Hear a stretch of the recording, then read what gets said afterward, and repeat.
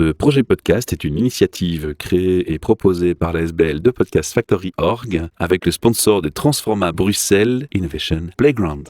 Et vous retrouvez tous les épisodes sur le site whatsyourstory.be.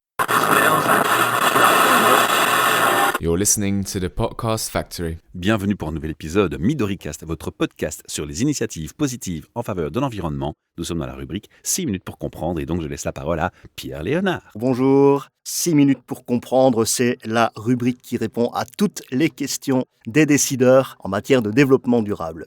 Je suis facilitateur en développement durable et aujourd'hui on va explorer la notion de développement durable et plus spécifiquement de la façon dont elle se traduit dans le monde de l'entreprise sous la forme d'un acronyme dont vous avez peut-être déjà entendu le nom. Il s'agit de l'ESG. Alors, de quoi s'agit-il ? Dans notre premier épisode, on a parlé de la nécessité de repenser notre mode de vie en fonction d'un développement qui nous permet à nous de satisfaire nos besoins actuels sans compromettre la possibilité pour les générations futures de faire la même chose. Et on a vu que ce développement durable repose sur 3 piliers, un pilier environnemental, un pilier social et un pilier économique.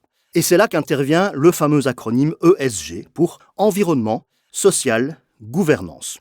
Et c'est bien plus qu'un simple terme à la mode, comme on va le voir, c'est un cadre complet qui permet d'évaluer la durabilité et l'impact éthique aussi d'une entreprise. Donc vous pouvez voir un peu ça comme un triple bilan de santé pour votre organisation. Sur le pilier environnement, on va réfléchir à la façon dont votre entreprise interagit avec la planète. Empreinte carbone, gestion des déchets, consommation de matières premières, utilisation des ressources naturelles. Le pilier social va examiner votre impact sur les personnes. Ça inclut les conditions de travail, l'inclusivité, la diversité, vos relations avec les communautés locales.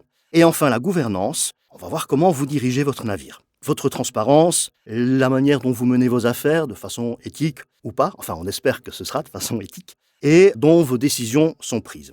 Pourquoi est-ce que c'est important pour une entreprise ? En fait, l'ESG, c'est pas qu'une tendance passagère, c'est vraiment une nécessité par rapport à la situation dans laquelle on se trouve pour l'instant, mais aussi par rapport à vos interlocuteurs dans votre vie d'entreprise de tous les jours. Vos investisseurs, vos consommateurs, vos employés, mais aussi les régulateurs accordent de plus en plus d'importance à ces critères.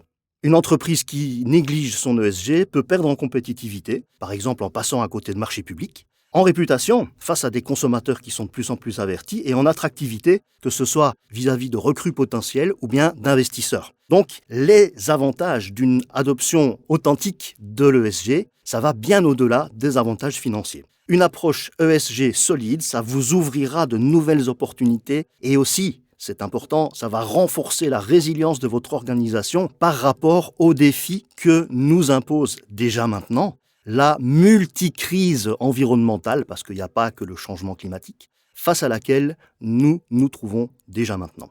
Concrètement, pour l'organisation, une approche ESG bien pensée peut apporter de nombreux bénéfices. Tout d'abord, vous allez attirer des talents. Les jeunes générations sont particulièrement sensibles à ces enjeux et une politique ESG forte peut vraiment contribuer à attirer les meilleurs. Vous allez aussi obtenir des avantages en matière d'innovation. On parlera plus tard d'économie circulaire. L'économie circulaire est une excellente façon de chercher des solutions durables, de chercher des solutions qui peuvent être rentables, par exemple avec le dépôt de brevets, mais pas que.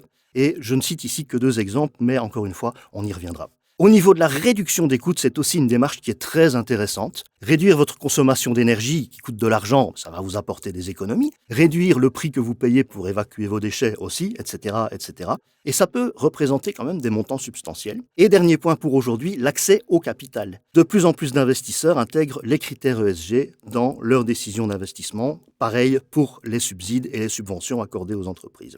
Donc tout ça, c'est très bien, à condition d'être sincère dans ce qu'on fait et, comme on dit en anglais, de walk the talk, donc de joindre le geste à la parole. Parce qu'une approche ESG mal gérée peut mener à des accusations de greenwashing et nuire à votre réputation. On va essayer d'éviter ça. La question qu'on me pose souvent aussi, c'est combien est-ce que ça coûte et qu'est-ce que ça va me rapporter ? Ce que ça va me rapporter, on l'a déjà un petit peu vu. Au niveau du coût, ça dépend, c'est impossible à dire, c'est un peu de demander combien coûte une maison, combien coûte une voiture. Ça dépend d'où vous en êtes, de ce que vous voulez, de la taille de la maison que vous voulez, voilà. Ça peut vraiment varier selon votre secteur et votre entreprise, mais ce qu'on va retenir, c'est qu'en réalité, il ne s'agit pas d'un coût, il ne s'agit pas d'une dépense, il s'agit d'un investissement. Il y a notamment une étude de McKinsey, si j'ai bonne mémoire, qui montre que les entreprises qui sont performantes au niveau de leur ESG surperforment leurs pairs sur le long terme. Et si je me souviens bien, elles ont même un coût du capital inférieur en moyenne de 10% à celui de leurs concurrents. Donc, intéressant, évidemment. Mais comment mettre cette démarche en pratique ? Très rapidement, je vais identifier 6 points sur lesquels on reviendra en détail dans d'autres épisodes. Donc, pour intégrer l'ESG dans votre entreprise, il faut évidemment commencer par évaluer votre situation actuelle. Ça peut se faire au moyen d'un bilan carbone, mais pas que. Identifier vos priorités, fixer des objectifs mesurables, intégrer ces critères ESG dans votre stratégie globale, former vos équipes, sensibiliser, expliquer, montrer ce que vous faites et enfin, communiquer vos progrès. Rome ne s'est pas faite en un jour et on peut vraiment dire que l'ESG, c'est un voyage, pas une destination. C'est pas non plus une simple question de conformité, c'est une opportunité de créer de la valeur durable, de la prospérité durable pour votre entreprise et pour la société tout entière.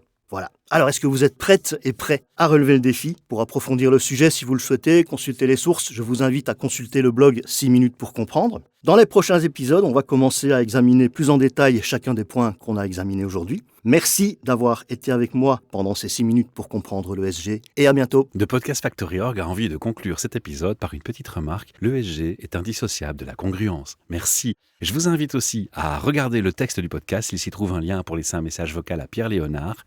Partagez, likez ce podcast, aidez-nous, commentez-le. À très bientôt pour 6 minutes pour comprendre.